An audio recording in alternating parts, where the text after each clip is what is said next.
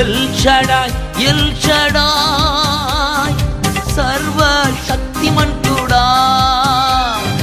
L Shaddai El Shaddai సర్వశక్తిమంతుడా.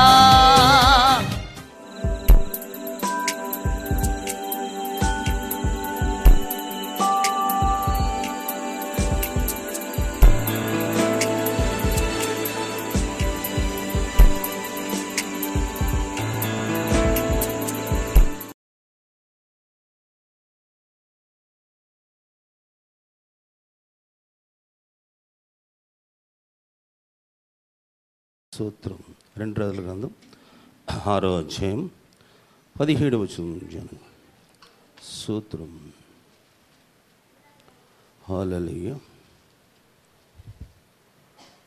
2 రాజుల గ్రంథం 6వ అధ్యాయము 17వ వచనం. యెహోవా వీడు చూచున్నట్టు దయచేసి వీడి కళ్ళు తెరవమని ఎలీషా ప్రార్థన చేయగా యెహోవా పనివారి కళ్ళను తెరవజేసిన కనుక వారు ఎలీషా చుట్టూను పర్వతము అగ్ని గుర్రములతో రథములతో నిండి ఉంటాడ చూచిరి. హల్లెలూయా. ప్రార్థన చేసుకుందాం. పరిశుద్ధుడైన తండ్రి, నిశ్చయంగల ప్రభా, నీకు వందనాలు చెల్లిస్తున్నా ప్రభా. ఎన్నికలేని ప్రభా, నీ పాదాలు కట్టుకుంటూ తండ్రి కొద్ది నిమిషాలు తండ్రి నా మాట కాక నీ మాటగా నీ బిడ్డలతో నాతో మాట్లాడు ప్రభా. సమస్తనైనా నీ పరిశుద్ధాత్మ మాట్లాడి సహాయం చేద్దండి. ఈ లేఖనాలైనా ప్రతి బిడ్డకి నాకు గ్రహించి మనస్సును తెచ్చి వాక్యానికి ప్రతి ఆట కనీసములు బంధించి ప్రభా సన్నిధి మెండిగా మా సహాయం ఏసే పరిశుద్ధ మాట వేడుకున్న తండ్రి.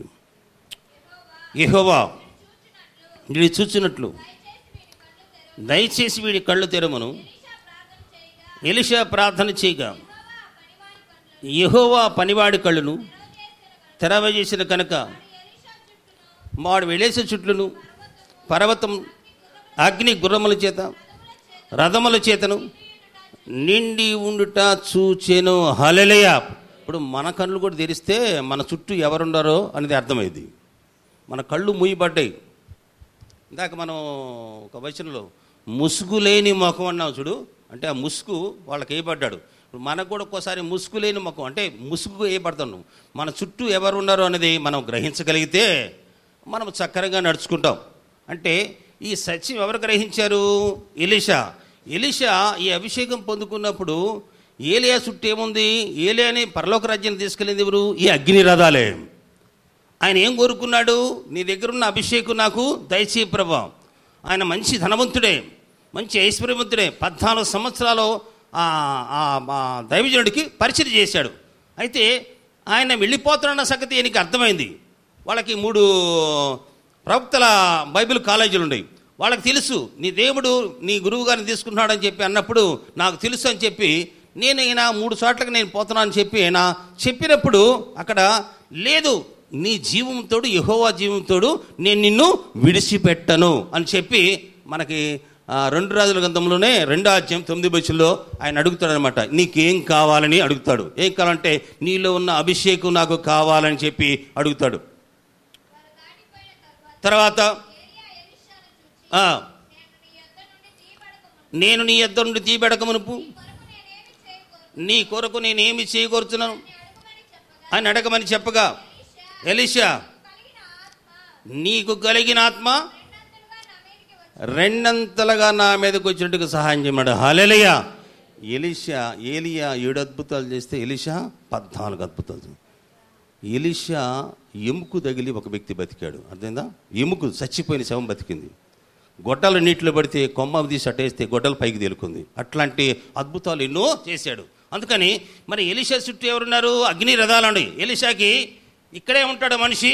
తన ఆత్మ పోయి ఎవరెవరై మాట్లాడుకుంటున్నారో అని చెప్పి అషూరు రాజులు అక్కడ ఇశ్రాయేలు రాజుల గురించి మాట్లాడుకుంటా ఆ విషయాలు కూడా ఆయనకి తెలుస్తూ ఉంటాయి. అందుకని రాజుగారికి వర్తమానం పంపిస్తామంటాడు. అయితే అక్కడ ఈ ఎలీషాని తీసుకురామని చెప్పి దాతాంలో ఉన్నాడని చెప్పినప్పుడు సైన్యం వచ్చి చుట్టూ కమ్మారు. పనివాడుండి అయ్యా ఇప్పుడు మనం ఏం చేద్దాము అంటే లేదు, మన పక్షంలో ఉన్నవారు వారికంటే అధికులు. 16వ చదవండి. భయపడద్దు, మన పక్షంలో ఉన్నవారు వాడికంటే అధికులే ఉన్నారు. మన పక్షంలో ఎవరున్నారు? అది మనం తెలుసుకోవాల్సింది. భయం అన్నిటికీ భయమే. కనుక భయపడద్దు, మన పక్షంలో ఉన్నారు వారికంటే వారు మనుషులు.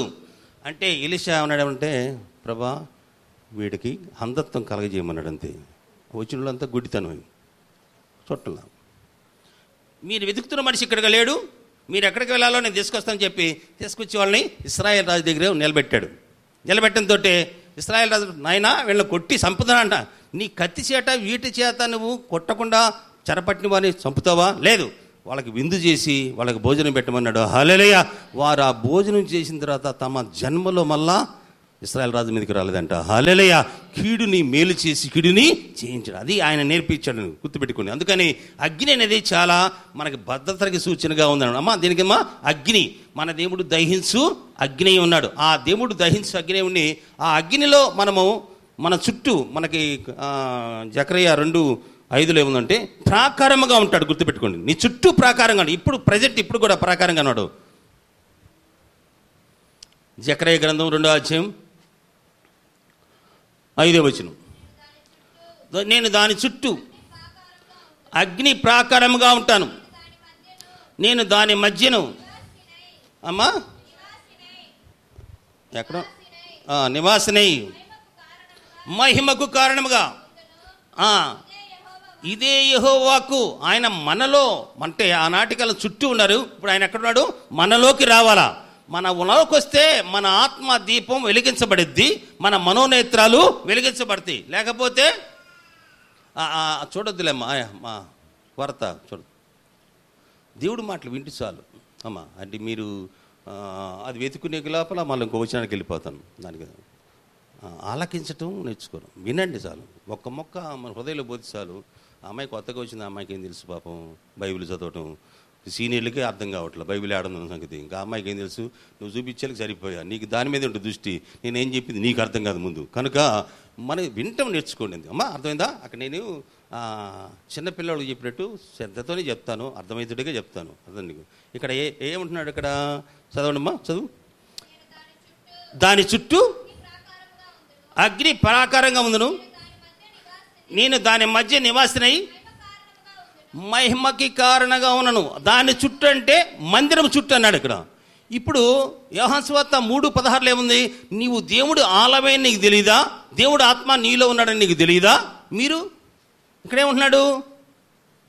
ఇప్పుడు లోపలికి వచ్చాడు, అప్పుడు బయట ఆయన ఇప్పుడు ఎక్కడికి వచ్చాడు? లోపలికి వచ్చినా కూడా ఇంకా మనకి గ్రహింపు లేదు. మీరు దేవుడు ఆలయమైనాడు. అర్థమైందా? ఏ ఆలయమా? చదువు వచ్చినాడు చదవండి. యోహాను 1 కొరింథీ 3:16, 1 కొరింథీ 3:16. చదువు వచ్చిన గబిక్కని చదవండి. చదువు నాళ్ళు వింటారు. మీరు దేవుడు ఆలయమైన మీకు తెలియదా? దేవుడు ఆత్మ నీలో ఉందనని నీకు తెలియదా అని అంటాడు. ఎవడైతే దేవుడు ఆలయాన్ని పాడు చేస్తే దేవుడు వాడిని ఏం చేస్తాడు? పాడు చేస్తాడు. అంటే దేవుడు ఆలయం మనము, మన హృదయంలో ఏమున్నారు? ఆయన ఉన్నాడు. అసలు ఆది మానవుడు చేసినప్పుడు ఆయన ఊపిరి ఎవరి దగ్గర ఉంది? మన దగ్గర కదా. ఆయన మనలో ఎవరికి దూరంగా ఉండేవాడు. ఆయన యందు బ్రతుకుచున్నాము, ఉనికి కలిగి ఉన్నాము, చెల్లిస్తున్నాము. నేను చెయ్యిట్టు ఊపుతానంటే ఆయన ఉండబట్టి ఊపుతున్నాను. అది లేకపోతే ఏమైంది? అది పరిస్థితి.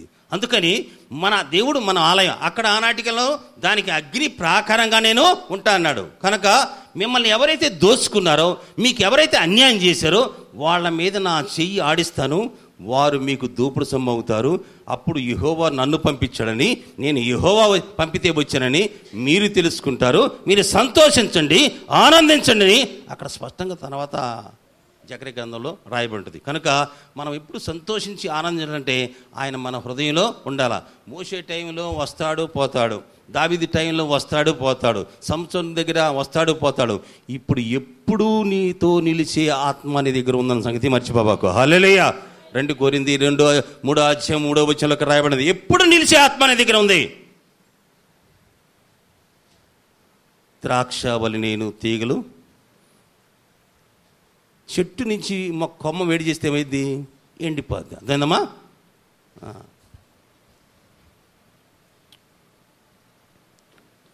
2 కొరింథీ 3:3.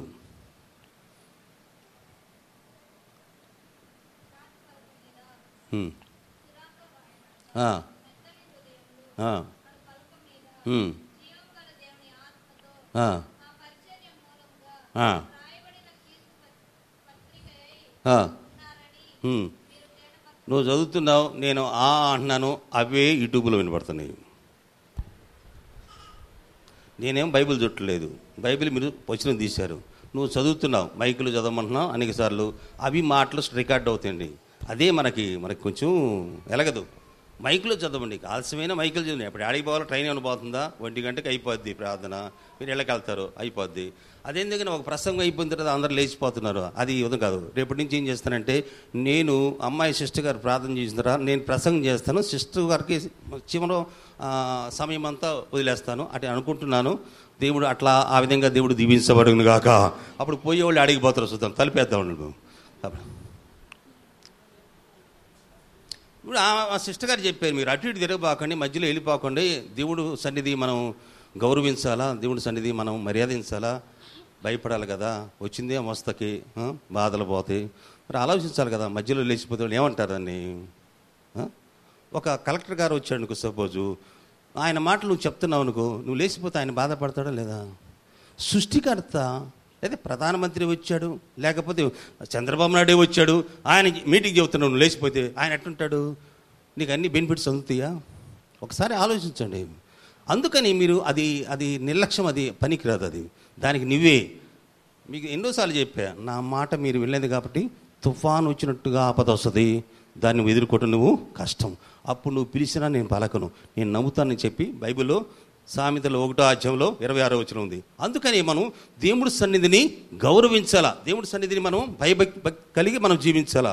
కాబట్టి ఎవరైనా చెప్పచ్చు, చిన్న పిల్లకాయలు కూడా 6 ఏళ్ళు 7 ఏళ్ళు పిల్లడు వాడు ప్రసంగం చేస్తున్నాడు, వాడు బిషప్ అంట, గుర్తుపెట్టుకుని, బిషప్పులతో సహాయంగా వాడు ప్రసంగం చేస్తున్నాడు. మాట్లాడేది దేవుడు, ఎవరైనా వాడుకుంటాడు.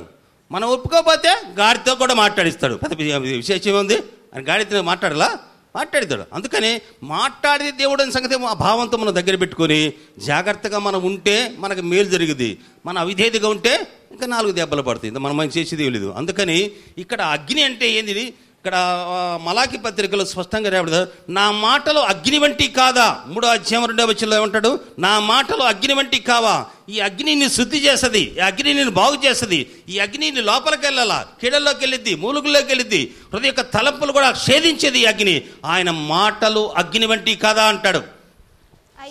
అయితే ఆయన వచ్చుచున్న దినము ఎవరు సహించగలరు? నేను వచ్చే దినము ఎవరు సహిస్తారు? ఆయన అగుపడగా ఎవరు ఓర్వగలరు? ఆయన కంసాలి అగ్ని వంటివాడు, ఆయన కంసల అగ్ని వంటివాడు, సబ్బు వంటివాడు, సాకలవాణి సబ్బు వంటాడు. ఎందుకు మనం వినాలా? అర్థమైందా? గుడ్డకు మురికి పెడితే సబ్బు పెట్టి నానబెట్టి బండకేసి బాత్తావు చూడు గుడ్డకి.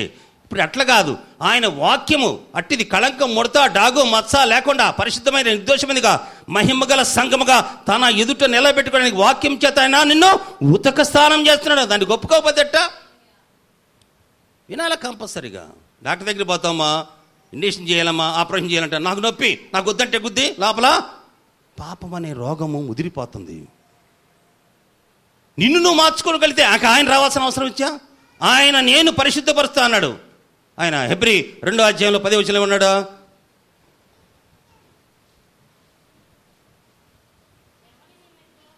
ఎవరి నిమిత్తం సమస్తము నేను ఎవరి వల్ల సమర్థము కలిగినో ఆయన అనేకుల వల్ల, ఆయన అనేకులు కుమారులను మహిమకు తెచ్చుట్టుగా వారి రక్షణకర్తను శ్రమల ద్వారా సంపూర్ణంగా చేటుకు ఆయనకి తగును. పరిశుద్ధపరచబడి వారికి, పరిశుద్ధపరచువాడికి ఒకటే మూలం.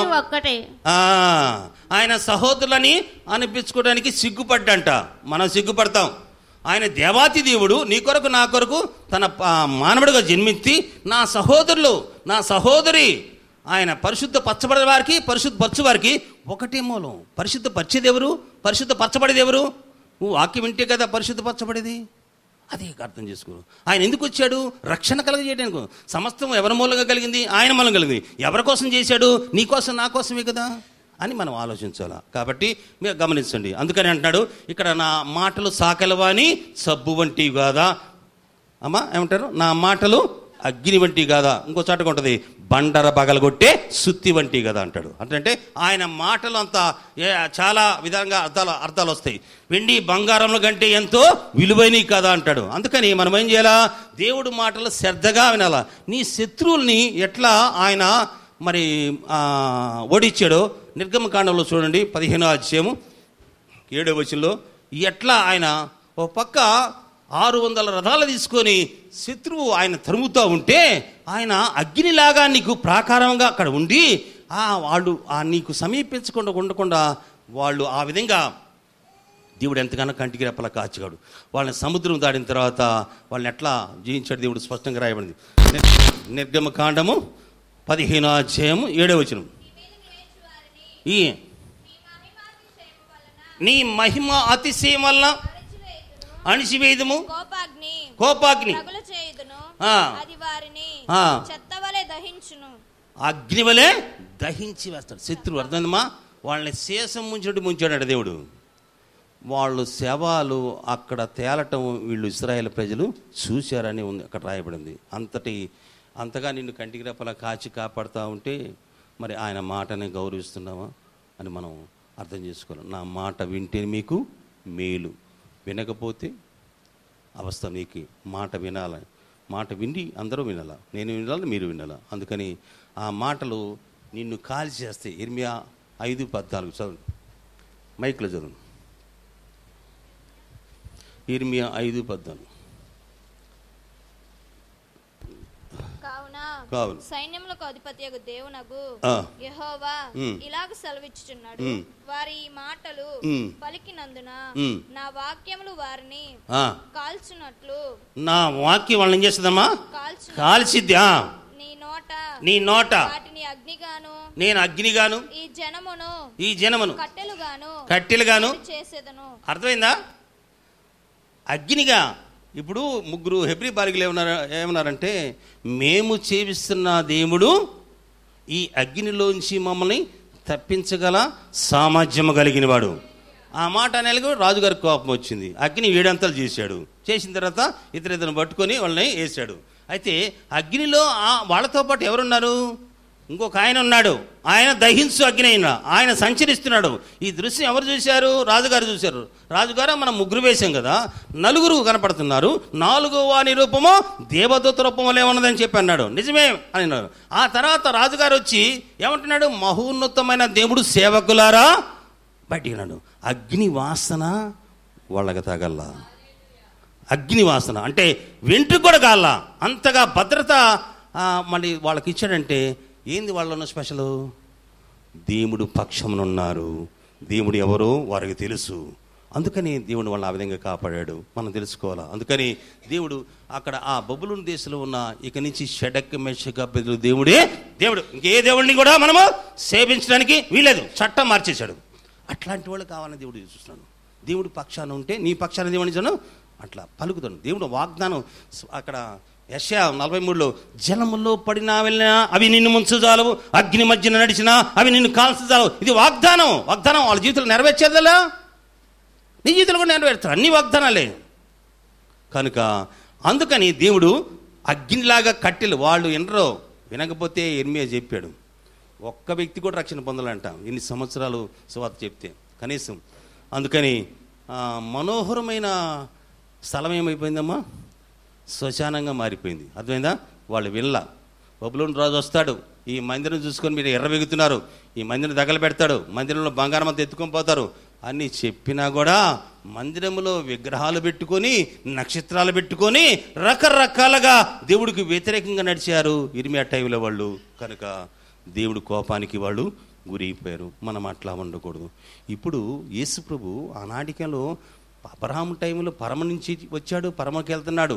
ఇప్పుడు ఆయన అక్కడికి కాదు వెళ్ళాలి, ఆయన మనతోనే ఉంటాడని స్పష్టంగా చెప్పాడు. కాబట్టి మనం ఎట్లా మనం పరీక్షించుకోవాలా. చివరిగా ఒక మాట చెప్తున్నాడు, దయచేసి గమనించండి. అగ్ని యేసు ప్రభు శరీరంతో ఉన్నప్పుడు ఒక మాట మాట్లాడాడు, గుర్తుందా? ఒక మాట మాట్లాడు. ఏం మాట్లాడంటే లూకాసు వార్త 12వ అధ్యాయము 49వ వచనంలో, నేను మండాలని కోరుకుంటున్నాను. ఆయన మండాలంట. అర్థమైందా? అగ్ని అభిషేకం, అగ్ని బాప్తిసం. అగ్ని బాప్తిసం అర్థమైందమ్మా? అగ్ని బాప్తిసం కాకపోతే నీకు బోధపడదు, అసలు అర్థం కాదు ముందు. నేను భూమి మీద అగ్ని వేయ వచ్చితిని. ఏమి వేయటానికి వచ్చాడు? అగ్ని వేయటానికి వస్తుంది. అర్థమైందా? ఈ అగ్ని అత్తా కోడలకు పడనీయదు, తల్లి కూతురుకు పడనీయదు, భార్యాభర్తలకు పడనీయదు. అదా ఆ కుటుంబంలో ఇద్దరికి ముగ్గురికి ఇద్దరికి వేరుపరుస్తుంది అగ్ని. అర్థమైందా? ఇప్పుడు ఏలియా నుంచి ఎలీషాను ఎట్లా వేరుపరిచిందో అట్లా అగ్ని ఏం చేస్తుంది? వేరుపరిచింది. చూడు, చదువు చదువు చదువు. అది ఇదివరకే రగులుకొని మండవల్లని నీ ఎంతో కోరుచున్నా. అయితే బాప్తిస్మని నెరవేరు వరకు ఇబ్బంది పడుతున్నా. నేను భూమి మీద సమాధానము కలుగజేసిన అనుకుంటున్నారేమో. కాదు, భేదమనే కలగజేయవచ్చాను మీతో చెప్పుచున్నాను. ఇప్పటి నుండి ఒక ఇంటి వారు వేర్పడి ఇద్దరికి విరోధంగా ముగ్గురికి విరోధంగా ఉంటారు. తర్వాత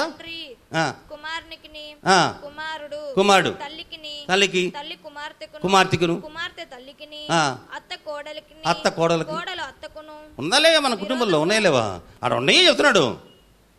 విరోధంగా ఉంటాడు. అప్పుడు ఇంకా యేసు ప్రభు అగ్ని బాప్తిసము పొందల. ఆయన పొందిన తర్వాత అంటాడు, నేనే సమాధానం ఇస్తానని కూడా అంటాడు యేసు. యోహాను సువార్త 14:20 అంటాడు, సమాధానక కర్త నేనే, సమాధానం ఇచ్చేవాడు ఆయనే. ఆ అగ్ని అనేది చాలా ప్రత్యేకమైనది, మనం తెలుసుకోవాలా. అందుకని దేవుడు ఆయనతో సమాసం చేయకపోతే ఒక్క సూర్యుడి దెబ్బకే ఎండాకాలం మనుషుడు తట్టుకోలేకపోతున్నాడు. ఒక్క సూర్యుడి దెబ్బకే. ఆయన రేపు వచ్చేటప్పుడు ఎంత పవర్తో ఉంటాడు అమ్మా? సరేలే, ఒక సూర్యుడికి దెబ్బకి కోడి సూర్యుడు అంటే మరి ఆ వెలుగు నిలబడగడతావా? అది వెలుగులో వెలుగు కలిసిపోవాలి. అర్థమా? వెలుగు ఆయన వెలుగు, నీ వాక్యం వెలుగు, నీ వాక్యం నా పాదములకు దీపం, నా త్రోవకు వెలుగు. ఈ వాక్యం మన హృదయంలో ఉండాలా, అప్పుడు మనం వెలిగించబడతాం. చీకటి మన దగ్గర రాదు. అందుకని ఎన్నోసార్లు మీకు చెప్తుంది అదే, వినండి చదవండి, వినండి చదవండి. ఒక్క రోజులో ఎవడో అభివృద్ధి చెందడు. ఇప్పటిదాకా మనం విన్నాం కదా అభివృద్ధి గురించి. ఒక్కరోజు రాదు. అది దాని పట్ల ఆసక్తి కలిగి ఉండాలా. ఆసక్తి ఎట్లా ఉండాలా? ధైర్యము, నిరీక్షణ, ఉత్సాహము తుదమట్టుకు మనం కనపరిస్తే మనమే అది దేవుడి ఇల్లు మనమే. ఆది అపోస్తుల మీద ఏం కుమ్మరిచ్చాడు దేవుడు? అపోస్తులు 2:4 అగ్ని నాలుకలు వాళ్ళ నాలుకల మీద తాకిని అంట. వాళ్ళు ఏది చెబితే అదే జరిగిపోయింది. అపోస్తులు 2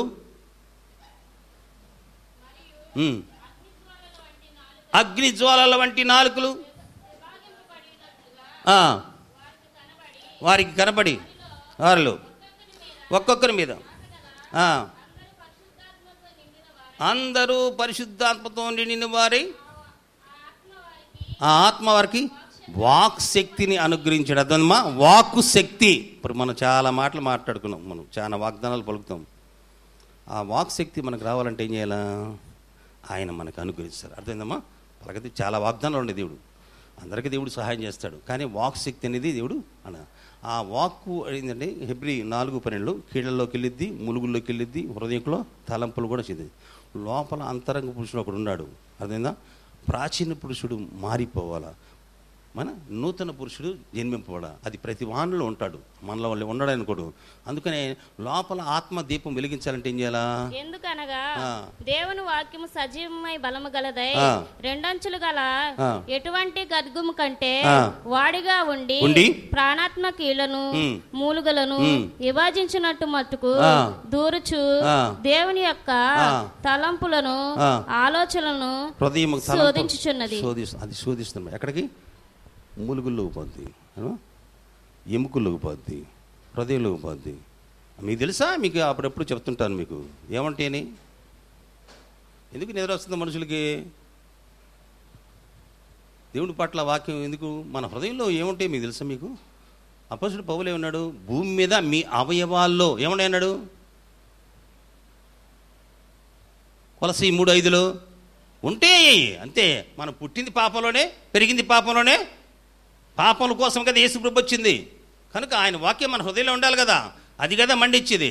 మనుషుని గురించి ఎవరు సాక్ష్యం చెప్పాల్సిన అవసరమో లేదు. ఈ అమ్మాయి ఎట్లాడితే నేను చెప్పాల్సిన అవసరం లేదు, ఆయనకి తెలుసట.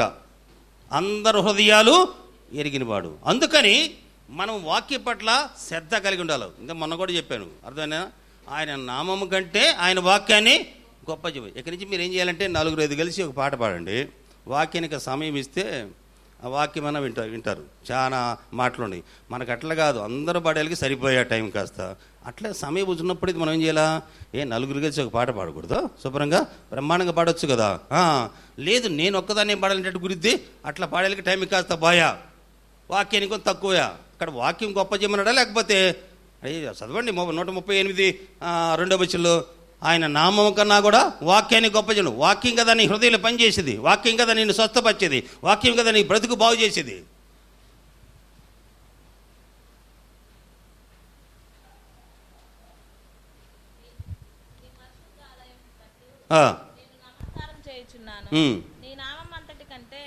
నీ నామం అంతటి కంటే నీవిచ్చిన వాక్యము నీవు గొప్ప చేసి ఉన్నావు. బైబిల్ చెప్తుందా? నేను చెప్తున్నానా? దేవుడు గొప్ప చేస్తున్నాడు. ఆది యందు వాక్యము, వాక్యం దేవుడిదా, వాక్యం దేవుడు. ఆయన నామంలో మనం అన్ని అడుగుతాం కదా, అంతే కదా.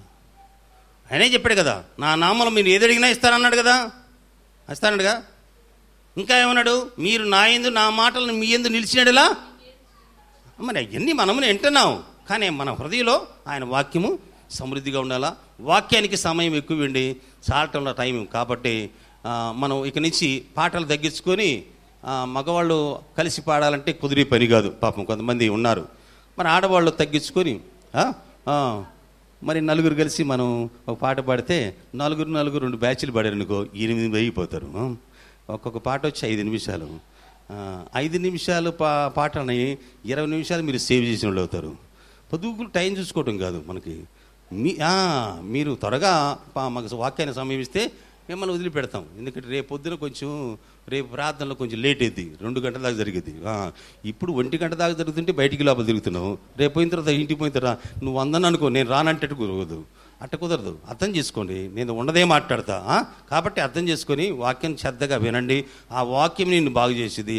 ఆ వాక్యమే విశ్వాసులైన మీలో కార్యసిద్ధి కలగజేసేది అన్నాడు అపొస్తలుడు పౌలు. అందుకని ఆ వాక్యానికి మనం సమయిస్తూ ఆ వాక్యం మన హృదయంలో చేర్చుకున్నప్పుడు అన్ని విషయాలు దేవుడు మనకు మేలు చేస్తాడని గ్రహిస్తూ ప్రభులో ముందు సాగిపోదాం. ప్రార్థన చేసుకుందాం. పరిశుద్ధుడైన తండ్రి, నిశ్చయంగా ప్రభా నీకు వందనాలు అంజలిస్తున్నావు. నువ్వు దహించు అగ్ని ఉన్నావు ప్రభా. ఏలియా చుట్టూ అగ్ని రథాలు కలుగునైనా అయా కమ్ముకుని ఉండే ప్రభు తండ్రి. నువ్వు మాటలు ఎంతో అగ్ని వంటి ప్రభా. అయా ఈ లొక్కలు తండ్రి నీ మాటలు ప్రభా తండ్రి. అయా బండరబాలు కొట్టి సుత్తి వంటి సాకలవాని సబ్బు వంటిది ప్రభా. ఒక్కసారి నువ్వు జ్ఞాపకం చేసుకుని కనీసం సహాయం చేత నీ నామానికి నువ్వు మహిమ తెచ్చుకో ప్రభా. ప్రతి ఒక్కరు కూడా నీ మాటలు వింటానికి సహాయం చేత నామానికి మహిమ తెచ్చుకో ప్రభా. వినబడ బాకినైనా ప్రతిబిడ నా హృదయ స్థిరంగా నిలిచి పలించి సహాయం చేతండి. అట్లాగే ప్రత్యేకించిన అయినా తండ్రి అయా యెరూషలేములో మందిరానికి అగ్ని ప్రాకారంగా ఉంటాను నా ప్రభా. ఇప్పుడైతే నువ్వు మాలో ఉంటానని చెప్పిన ఆయన వాగ్దానం ఇచ్చిన దేవుడు, నమ్మకం దేవుడు తండ్రి. నువ్వు దహించు అగ్ని ఉన్నావు ప్రభా. ప్రతి ఒక్కరిని వాక్యంతో తాకిన తండ్రి. ప్రతి ఒక్కరు కూడా మేలుతో నింపి నామకు మహిమ తెచ్చుకో ప్రభా. అయా యూట్యూబ్ ద్వారా అందరూ వింటున్నారు ప్రభా. వాళ్ళు కూడా గ్రహించి తండ్రి నీతో సమాసం చేసి భాగ్యాన్ని అనుగ్రహించి నామకు మహిమ తెచ్చుకోమని యేసయ్య పరిశుద్ధ నామమున వేడుకున్నాను తండ్రి.